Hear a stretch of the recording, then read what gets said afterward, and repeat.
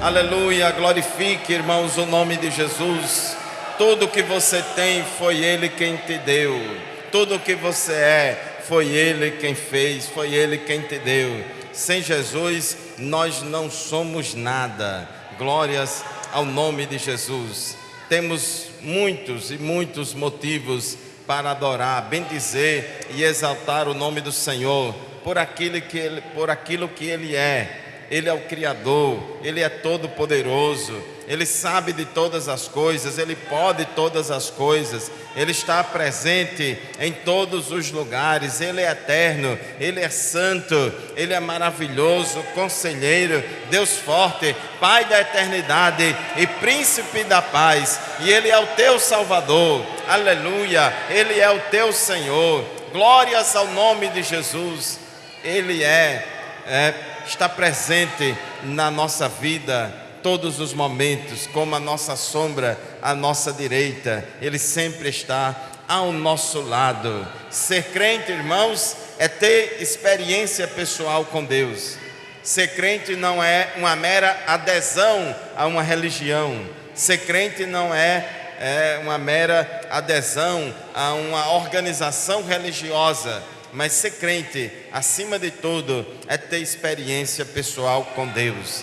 Jesus é vivo, Ele ressuscitou e está em nosso meio. Ele disse que onde estivesse 2 ou 3 reunidos no nome dEle, ali Ele estaria presente.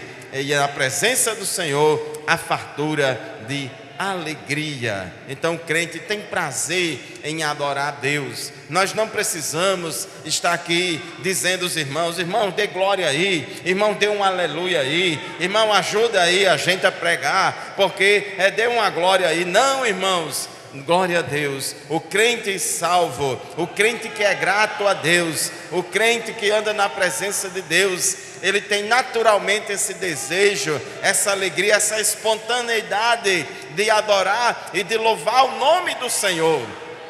A Bíblia diz que sede fervorosos no Espírito, servindo ao Senhor. Servir ao Senhor com alegria. Então o crente deve servir a Deus com fervor, com alegria. E é isso, irmãos, que marca o culto pentecostal. O culto pentecostal é marcado por essa alegria, por essa espontaneidade. Os irmãos aqui têm liberdade de dar glória a Deus, têm liberdade de glorificar o nome do Senhor. Tem alguns irmãos que são mais introvertidos, outros são mais extrovertidos, mas cada um adora a Deus de acordo com as suas particularidades. Deus sabe, irmãos, e da sua vida, Deus sabe do seu temperamento, Deus sabe do seu coração. O importante é que você se apresente na presença de Deus com o coração quebrantado, com o coração contrito, porque Deus vai receber a sua adoração. Se você se apresentar diante do Senhor com o coração quebrantado e contrito, diz a Bíblia, não desprezarás, ó Deus. Meus irmãos, aleluia. O culto de doutrina é uma oportunidade em que a igreja tem para ouvir a ministração da palavra de Deus. É uma marca registrada de todas as igrejas Assembleia de Deus em todo o Brasil. Toda Assembleia de Deus raiz, ela tem culto de doutrina, ela tem culto de oração, ela tem escola dominical. Infelizmente, algumas igrejas que surgem por aí, que são igrejas assim, com um estilo e uma pegada e uma proposta muito estranha da palavra de Deus, parece mais um comércio de vender bênçãos. Não se preocupa com ensinamento, não se preocupa com doutrina, não se preocupa com escola dominical, mas nós, irmãos, aprendemos na Bíblia Sagrada, na palavra de Deus, diferente. Quando vocês se reúnem no lugar, diz a Bíblia em 1 Coríntios 14 e 26. Um tem salmo, o outro tem doutrina, um tem língua, outro tem interpretação. Faça-se tudo para edificação. Então, no culto tem língua estranha, no culto tem louvor, no culto tem profecia, mas no culto também tem doutrina. E a Bíblia diz: goteje a minha doutrina, irmãos. como a água que cai na terra seca, que precisa ser regada pela água da chuva para poder dar fruto, para poder brotar a erva. Assim também é a igreja do Senhor, o rebanho do Senhor precisa ser alimentado com a palavra de Deus, e os cultos de doutrina são oportunidades maravilhosas, importantíssimas para todos nós meditarmos na palavra de Deus. No próximo mês, dia 29 de maio, eu vou completar 37 anos que eu aceitei a Jesus como meu Salvador. Aceitei Jesus lá na Assembleia de Deus em Macaíba, no domingo à noite. Na época era o pastor Jessuí, que era o pastor daquela igreja. E desde quando aceitei Jesus, irmãos, já cheguei na igreja tendo aquela convicção. Logo nos primeiros dias, os irmãos já me ensinaram que crente que é crente participa de culto de doutrina. A gente não pode faltar culto de doutrina, e isso tem sido uma bênção na minha vida. E com certeza todos os irmãos que participam do culto de doutrina assiduamente na sua congregação, como também aqui, são bastante edificados com a palavra de Deus. Glórias a Jesus. Meus irmãos, nesta semana chamada no nosso calendário civil de Semana Santa, ou Semana da Paixão de Cristo, hoje é sexta-feira, inclusive é feriado nacional. Domingo também é denominado domingo de Páscoa, e no mundo ocidental, que tem toda uma influência da tradição cristã, então celebra esses dias, celebra a Semana Santa, a Semana da Paixão de Cristo, etc. E a gente já ouve muitos irmãos. Eu confesso que quando logo no início da minha fé, eu não ouvia muitos irmãos falarem Feliz Páscoa, Feliz Páscoa. Não sei se na época do pastor Hermínio, eu acho que é o decano aqui, é o que tem mais chão aí, mais estrada.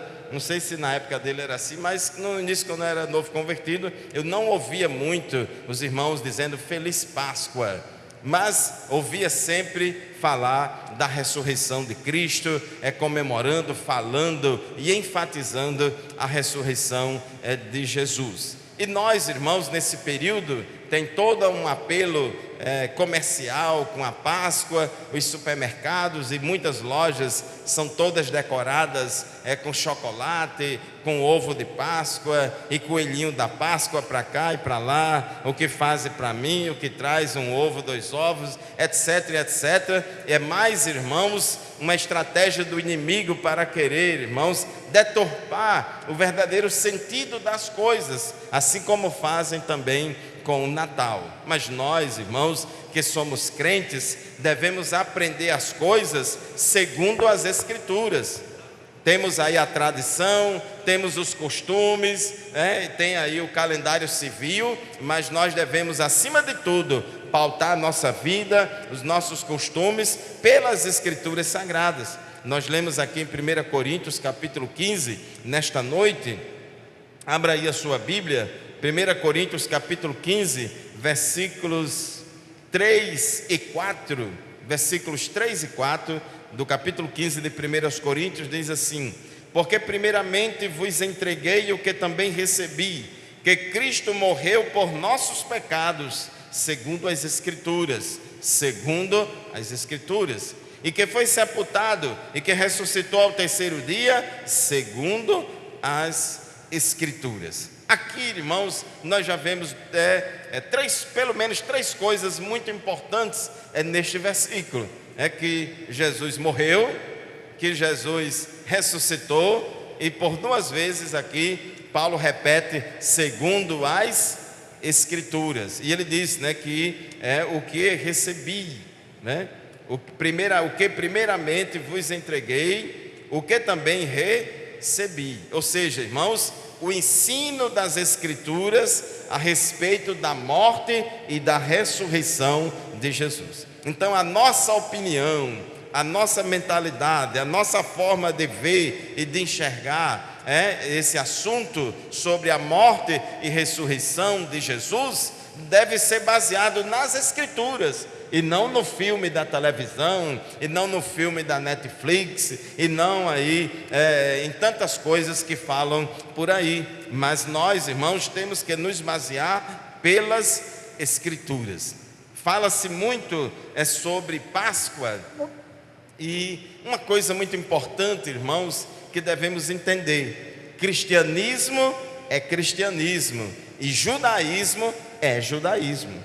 No trimestre passado, na escola dominical, a gente estudou inclusive uma lição sobre isso, dizendo: nós somos cristãos, não somos judeus. A Páscoa era uma festa. A Páscoa é uma festa que foi instituída por Deus como estatuto perpétuo para os judeus, para a nação de Israel, e não para o cristão. Nós vamos ver daqui a pouco que, ao invés de Jesus ordenar a Páscoa para nós cristãos, ele ordenou a ceia do Senhor. Mas, irmãos, como o cristianismo veio do judaísmo e a ceia do Senhor foi instituída no momento da refeição da Páscoa de Jesus, é bom a gente entender como é que era a Páscoa dos judeus, porque era uma cerimônia cheia de simbolismo e que apontava para o sacrifício de Jesus na cruz do Calvário. A Páscoa foi instituída lá em Êxodo, no capítulo 12, quando naquele dia Deus resolveu mandar a 10ª e última praga ali sobre os egípcios, que era a morte dos primogênitos. Então Deus decretou que todos os primogênitos do Egito, desde o filho de Faraó ao filho mais velho, desde o primogênito de Faraó ao primogênito do mais simples escravo e até o primogênito dos animais, todos os primogênitos ali do Egito deveriam morrer. Era o castigo e a sentença de Deus ali para o Egito. Porém, no caso do povo de Israel, Deus deu um escape, Deus deu um livramento aos primogênitos de Israel, porque disse: olha, vocês celebrem a Páscoa. Então Deus determinou, lá no mês de Abibe, no 10º dia, ele separava o cordeiro, no 14º dia, ele ia sacrificar aquele cordeiro. E o cordeiro que era sacrificado na Páscoa deveria ser comido assado. Era um cordeiro para cada família. Se a família fosse pequena, podia dividir o cordeiro para 2 famílias vizinhas ali.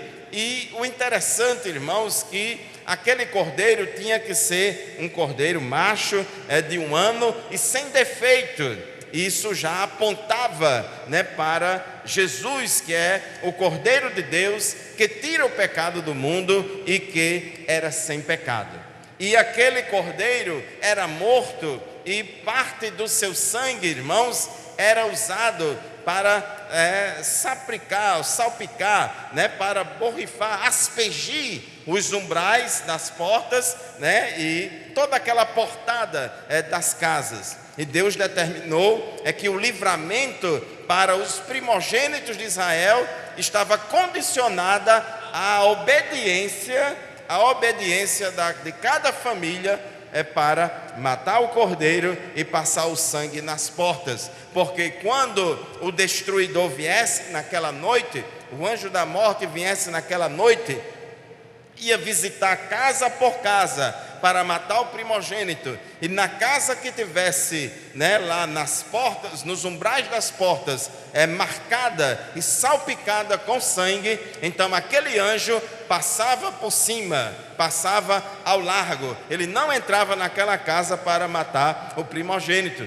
Daí o nome Páscoa significa no hebraico Pessá, que significa passar por cima. Então a palavra Páscoa significa passar por cima, passar adiante, porque o anjo da morte ia de casa em casa, uma por uma. Quando chegava numa casa e ali tinha um sangue na porta, ele passava por cima e ia para a casa seguinte. Então o primogênito daquela casa estava livre, estava liberto e estava livre da morte. E assim, irmãos, Deus mandou eles celebrarem a Páscoa e celebrarem a Páscoa já vestidos, cingindo os seus lombos, já calçados os pés, né, já com o calçado nos pés, cajado na mão, já tudo vestido, tudo pronto para comer apressadamente.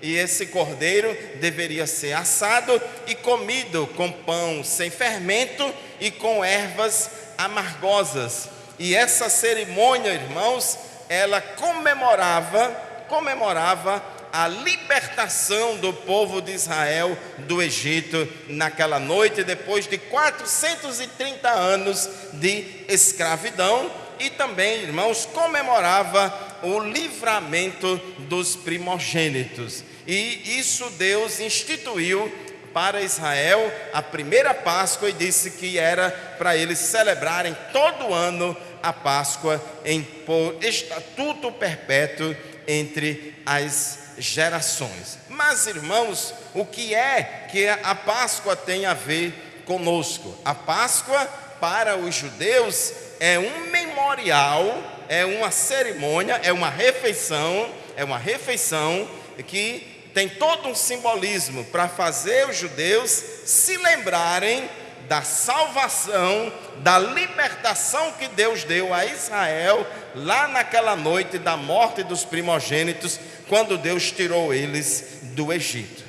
Só que esse sacrifício da Páscoa, irmãos, como diz a Bíblia lá em Hebreus, lá em Colossenses, é que essas festas judaicas, esses cerimoniais judaicos eram sombras das coisas futuras, e o sacrifício do cordeiro pascal, ele apontava, ele simbolizava o sacrifício de um cordeiro que seria no futuro sacrificado.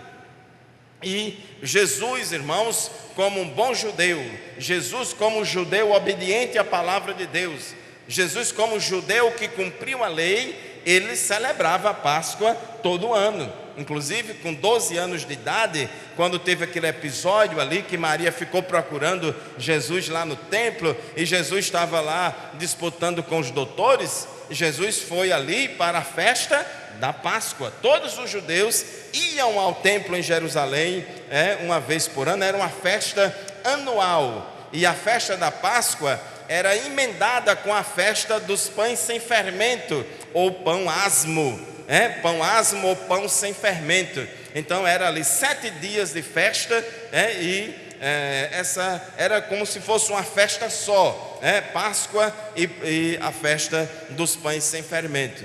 E Jesus participou de todas essas festividades da Páscoa. Mas, irmãos, próximo da morte de Jesus, Jesus participou ali da sua última refeição de Páscoa com os judeus ali no cenáculo. Jesus, ele chega em Jerusalém no primeiro dia da semana, que foi no domingo, que os católicos gostam de chamar de Domingo de Ramos. Jesus entrou em Jerusalém montado no jumentinho e foi ali aclamado como rei, e foi saudado pela multidão, dizendo: Hosana, bendito o rei que vem em nome do Senhor. Então ele entra em Jerusalém. No dia seguinte, na segunda, ele expulsa os cambistas ali do templo, bota moral ali naquela bagunça que estava muito grande, ali com aquele comércio no templo. E a gente observa, irmãos, que na quinta-feira da última semana de Jesus, aqui antes da sua morte, na quinta-feira ele se reúne com os seus discípulos para comer a Páscoa. Ele se reúne com seus discípulos para comer a Páscoa, para celebrar a Páscoa conforme a lei ordenava, era um mandamento para todos os judeus, e Jesus e os seus apóstolos eram judeus. E ali, irmãos, durante a celebração da Páscoa, Jesus aproveita aquela oportunidade e institui, estabelece e ordena a celebração da ceia do Senhor. Então ele disse ele pegou o pão e disse: isto é o meu corpo que é partido por vós, fazei isto todas as vezes que comerdes em memória de mim. Observe que quando eles comiam o pão asmo, o pão sem fermento, as ervas amargosas e o cordeiro, era um memorial que apontava para aquele evento histórico libertador do povo de Israel lá do Egito. Mas agora Jesus muda as coisas, dizendo: agora daqui para frente, entre vocês, meus seguidores, meus discípulos, para vocês cristãos, agora vocês não precisam mais celebrar a Páscoa. Eu vou agora ordenar a celebração da ceia do Senhor. Então ele estabeleceu ali que o pão simboliza o seu corpo, que seria partido, que seria rasgado, que seria morto em favor de nós. E também estabeleceu também ali o outro elemento, que era o vinho, o cálice que continha o vinho, e dizendo que aquele vinho simbolizava o sangue da nova aliança, o sangue do Novo Testamento, baseado no sangue dele. Não era mais, irmãos, baseado no sangue do cordeiro lá da Páscoa, mas era baseado no seu próprio sangue. Não era mais pão asmo, ervas amargosas, carne de carneiro assada, mas agora era o pão que simbolizava o corpo de Cristo. E assim, irmãos, Jesus estabeleceu esta ordenança para a igreja, que é a ceia do Senhor. E ele disse: todas as vezes que vocês comerdes este pão e beberdes deste cálice, anunciais a morte do Senhor até que venha. E ele disse: fazei isto em memória de mim. Então o cristão, irmãos, ele não é obrigado a celebrar a Páscoa. O cristão, ele não tem nenhuma obrigação de celebrar a Páscoa. O cristão, ele tem a obrigação de participar da ceia do Senhor. Foi a ordenança de Jesus para os cristãos. Porque, irmãos, a Bíblia diz em 1 aos Coríntios, capítulo 5, versículo 7: porque Cristo, que é a nossa Páscoa, foi sacrificado por nós. Porque Cristo, que é a nossa Páscoa, foi sacrificado por nós. Observe, irmãos, que lá na Páscoa judaica, aquele cordeiro pascal morria, derramava o seu sangue, e aquele cordeiro morreu no lugar do primogênito ali de cada casa ali.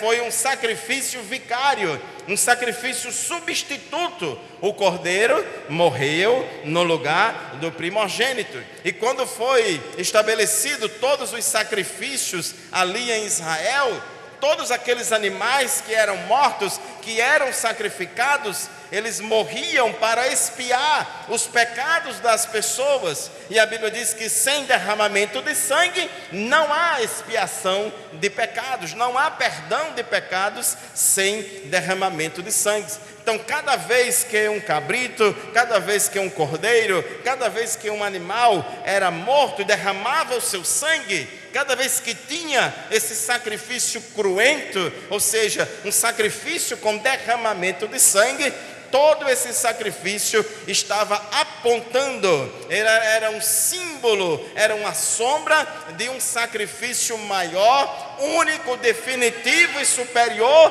que aconteceria no futuro. Glórias ao nome de Jesus. E quando Jesus, irmãos, a Bíblia diz, a gente estudou há poucos dias na escola dominical, João capítulo 1, versículo 14: e o verbo se fez carne e habitou entre nós.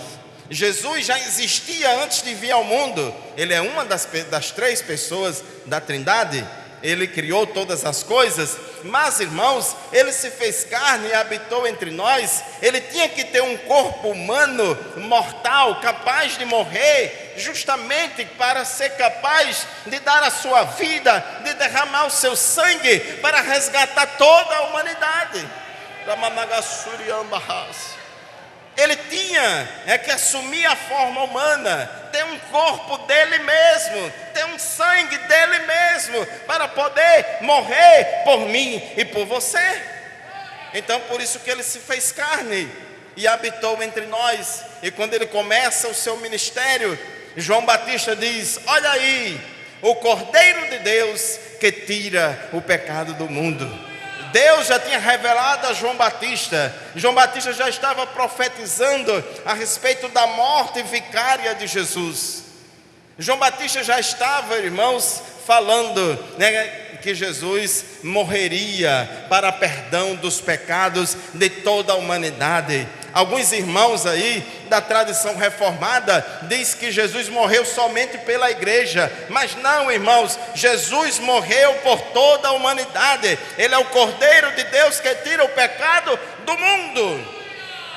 A Bíblia diz que Ele é a propiciação pelos nossos pecados, pelos pecados dos crentes da igreja, mas também diz o texto, e não somente dos nossos, mas de todo o mundo. A morte de Jesus foi em favor de toda a humanidade. Ele morreu por todo e cada uma das pessoas, porque Deus amou o mundo de tal maneira, porque deu o seu Filho unigênito, para que todo aquele que nele crê não pereça, mas tenha a vida eterna. E este presente, esta dádiva de Deus para o mundo, irmãos, foi por meio da morte de Jesus.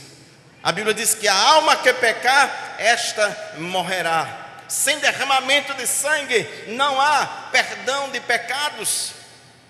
Mas, irmãos, quem era o ser humano descendente de Adão, sem pecado, imaculado, santo, que seria capaz de morrer pelos pecadores, pela humanidade? Não tinha, porque todo homem é pecador.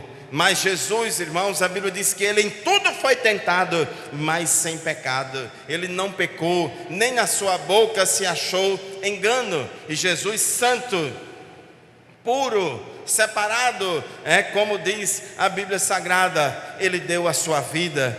E a Bíblia diz em Romanos que Deus prova o seu amor para conosco, em que Cristo morreu por nós, por mim e por você, sendo nós ainda pecadores. Ele não esperou você se emendar, Ele não esperou você se ajeitar, Ele não esperou você tomar vergonha na cara, Ele não esperou que eu tomasse tempo, não. Ele me amou antes, Ele amou você antes, Ele deu a sua vida por você, por mim e por todos nós, por causa do seu grande amor.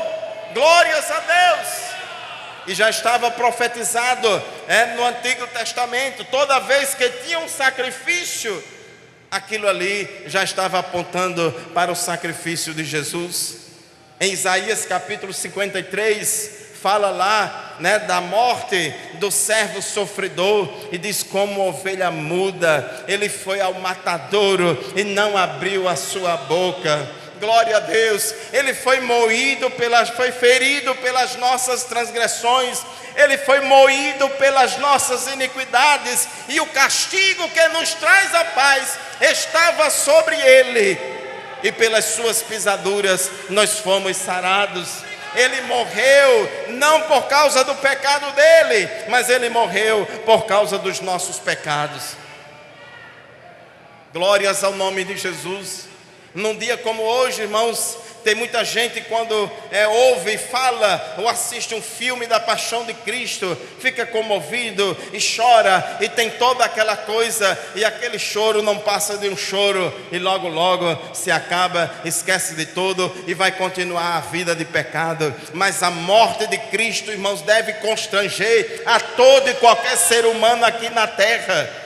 Todos nós devemos, em momentos como esse, em semana como esta, não somente agora, mas o ano inteiro, sempre mas já que o mundo aí, está todo mundo falando da morte de Jesus, é bom que pare para pensar. Jesus morreu, e daí? Mas ele morreu por mim. Mas por que morreu por mim? É importante, irmãos, que as pessoas entendam e compreendam o verdadeiro significado e propósito da morte de Jesus. Daí a importância de nós crentes da igreja pregar e falar a respeito disso, do verdadeiro significado da morte de Jesus para as pessoas. Aproveitar esse momento em que a sociedade, as pessoas estão sensíveis, as pessoas estão refletindo e meditando sobre esse assunto, para a gente chegar com o Evangelho, para a gente chegar com a palavra de Deus e dizer que Jesus morreu, foi por ele. Glórias ao nome de Jesus. O castigo que nos traz a paz estava sobre ele. É a morte vicária, substituta. Ele morreu em nosso lugar. Glórias ao nome de Jesus. Nós lemos aqui 1 Coríntios 15:3. Cristo morreu por nossos pecados, segundo as Escrituras. E João Batista, entendendo muito bem o que dizia a Escritura lá no Antigo Testamento, o que dizia lá em Isaías 53, por isso que João Batista já profetizou e disse logo, que Jesus era o Cordeiro de Deus que tira o pecado do mundo. E Jesus, irmãos, quando estava aqui na terra, ele disse lá em Marcos 10:45, porque o Filho do Homem não veio para ser servido, mas para servir e dar a sua vida em resgate, em salvação de muitos. Glórias ao nome de Jesus. Jesus, irmãos, veio à terra para morrer mesmo. Ele veio para morrer mesmo. Glórias a Deus. É claro, irmãos, que os judeus, os romanos, que julgaram injustamente a Jesus, que mataram a Jesus injustamente, é claro que eles são culpados, é claro que eles pagaram um preço muito caro por isso. Mas, irmãos, tudo isso também estava no propósito de Deus. O propósito salvífico do Senhor não anula a liberdade humana e vice-versa, porque Deus, irmãos, sabe trabalhar de forma perfeita. Mas Jesus tinha que morrer, e Jesus disse: olha, sabe de uma coisa? Eu quero dizer uma coisa para vocês: ninguém tira a vida de mim mesmo, eu mesmo é quem a dou, e eu tenho o poder de dar a minha vida e de retomar de novo, porque Ele é o dono da vida. A Bíblia diz que nele estava a vida, e a vida é a luz dos homens. Ele é o caminho, Ele é a verdade, e Ele é a vida. Glórias ao nome de Jesus. Aleluia, glórias ao nome de Jesus. Jesus, irmãos, Ele veio com este propósito. Ele morreu, Ele entregou a sua vida por nós. E isso, o amor de Cristo nos constrange. O amor de Cristo, pelo fato de Ele ter morrido por nós, no mínimo, irmãos, deve nos despertar para sermos cada vez mais fiéis ao Senhor, para cada vez mais sermos missionários, evangelistas, pregadores da palavra de Deus para as outras pessoas, porque esse é o cerne da mensagem do Evangelho, a morte de Jesus. Jesus estava lá na cruz, Ele foi preso, Ele foi maltratado, Ele foi torturado, como os irmãos bem sabem. Foi pregado na cruz ali, irmãos, ainda pela manhã, às 9 da manhã, e ficou lá, irmãos, de 9 da manhã até 3 da tarde na cruz, pregado na cruz, da hora terceira, até a hora nona, de 9 da manhã até 3 da tarde, quando de 3 da tarde ele disse: Pai, nas tuas mãos entrego o meu espírito, e disse: Tetelestai, está consumado. Ele fez, cumpriu aquilo para o qual ele veio fazer aqui na terra, que foi morrer pelos nossos pecados. Então, o sacrifício de Jesus na cruz do Calvário, diz a Bíblia lá na carta aos Hebreus, que é um sacrifício superior a todo e qualquer sacrifício que era feito no Antigo Testamento. O sacrifício de Jesus na cruz do Calvário é único, não há nenhum igual, porque, irmãos, Jesus, ele derramou o seu próprio sangue. A Bíblia diz em 1 Pedro capítulo 1, versículo 18 e 19: sabendo que não foi com coisas corruptíveis, como prata ou ouro, que fostes resgatados da vossa maneira de viver, da vossa vã maneira de viver, que por tradição recebeste dos vossos pais, mas com o precioso sangue de Cristo, como de um cordeiro imaculado e incontaminado. Aquele cordeiro da Páscoa, irmãos, ele não podia ter defeito, era um cordeiro especial, não podia ter defeito, porque Deus já queria, irmãos, pedagogicamente, didaticamente, ensinar e mostrar, para o povo que não é a morte de qualquer cordeiro que vai expiar o pecado. Já estava apontando para a santidade de Cristo, já estava apontando, irmãos, para Cristo com a sua vida imaculada e incontaminada.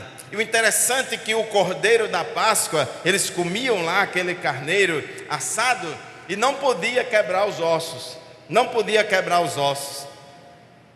E a Bíblia diz, irmãos, que quando Jesus morreu na sexta-feira, e depois da sexta, às 18 horas da sexta-feira, aí começava o sábado, o dia seguinte era o dia de descanso, e eles tinham que pegar os corpos das pessoas que eram mortas e crucificadas, tirar da cruz e sepultar antes das 18 horas, antes de começar o dia de sábado. E o soldado foi lá e quebrou os ossos. Eles tinham costume, quando a pessoa não tinha morrido ainda na crucificação, então quebrava os ossos das pernas, das canelas, quebrava os ossos das pessoas.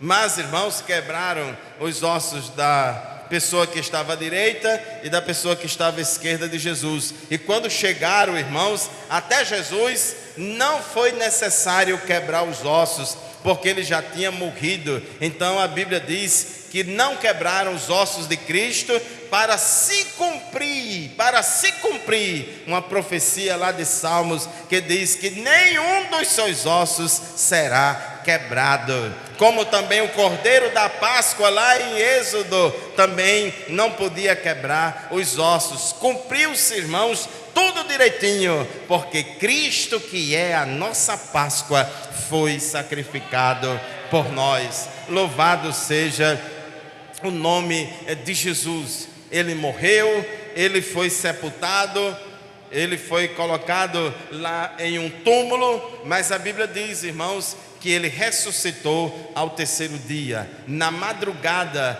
do sábado para o domingo, Jesus ressuscitou.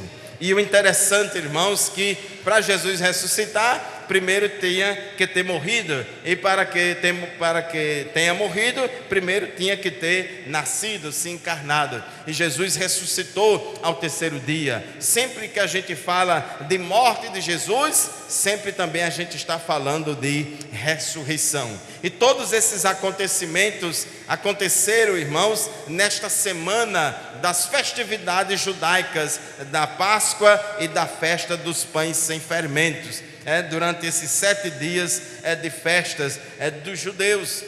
E Jesus, ele ressuscitou no domingo, na madrugada do sábado para o domingo, que era o primeiro dia da semana. E diz o texto que a gente leu aqui nos evangelhos, você vai ler em todos os evangelhos o relato da ressurreição de Jesus. Jesus apareceu a muitas pessoas no domingo da ressurreição. A primeira pessoa que ele apareceu foi a uma mulher.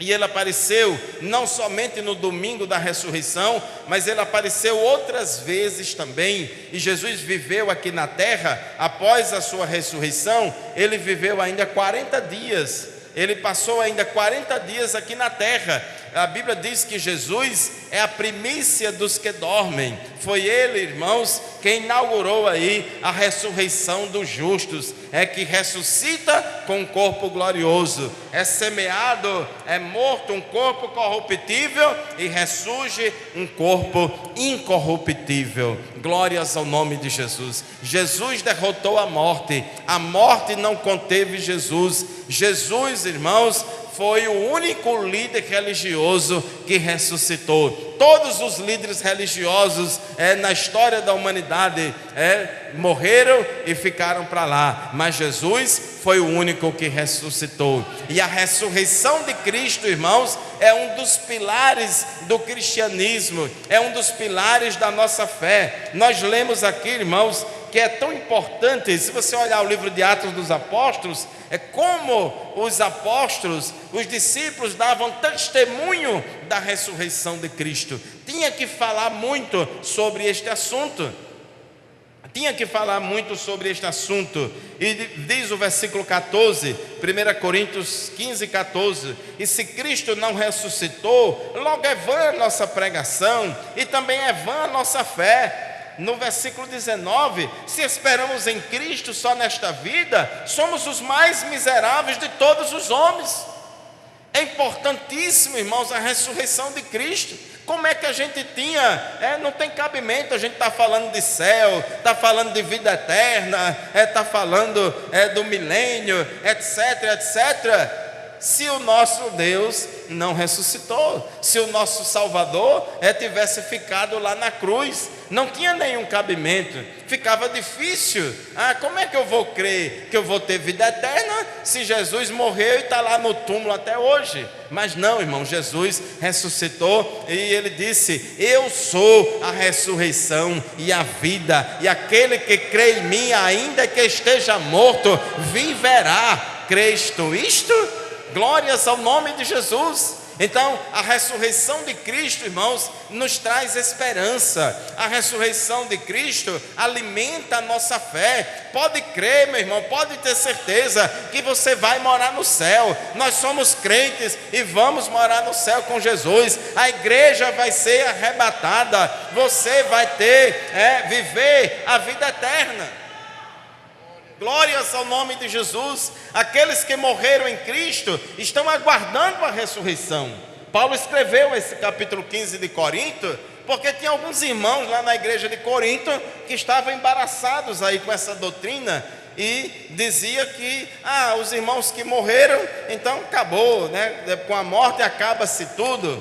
Quem não crê em Cristo, irmãos, acha que a morte é o fim de todas as coisas. Quem não tem fé em Cristo, então para ele a morte é o fim de todas as coisas. Mas, irmãos, quem crê em Cristo, ele crê na ressurreição, está aguardando a ressurreição. Pode ter certeza, minha irmã, meu irmão, aquele parente seu, aquela pessoa amiga sua, se era crente fiel, se era crente de verdade e morreu, ele vai ressuscitar. Ele já está lá no paraíso, no seio de Abraão. Glórias ao nome de Jesus. Mas lá, irmãos, está somente a alma e o espírito. O corpo ficou aqui na sepultura, mas nós cremos pela palavra de Deus, e a Bíblia revela, irmãos, que em breve a trombeta soará, e aqueles que morreram em Cristo ressuscitarão primeiro. Eles estão aguardando lá a ressurreição. Glórias ao nome de Jesus. Eles vão ressuscitar com corpo glorioso, vão ressuscitar e vão voltar a ser novamente corpo, alma e espírito. Lá no paraíso, eles estão lá só a parte imaterial, a alma e o espírito. O corpo está na sepultura, mas quando ressuscitar, o corpo, irmãos, vai se juntar novamente a alma e o espírito, vai voltar a ser corpo, alma e espírito, e instantaneamente, ato contínuo, a Bíblia diz que isto que é mortal se revestirá da imortalidade, isto que é corruptível se revestirá da incorruptibilidade, e vai ser dito: tragada foi a morte na vitória. Hoje o seu corpo é mortal, hoje o seu corpo é corruptível, hoje você sofre enfermidade, hoje você sofre de doença, ai, ui, não sei o que mais lá, mas em breve, irmãos, nós passaremos, nós gozaremos da ressurreição, experimentaremos essa transformação e estaremos para sempre com o Senhor, com um corpo glorioso.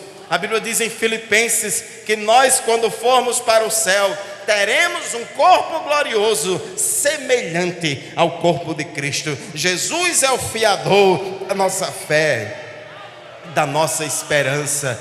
Continue crendo, meu irmão, continue esperando em Cristo.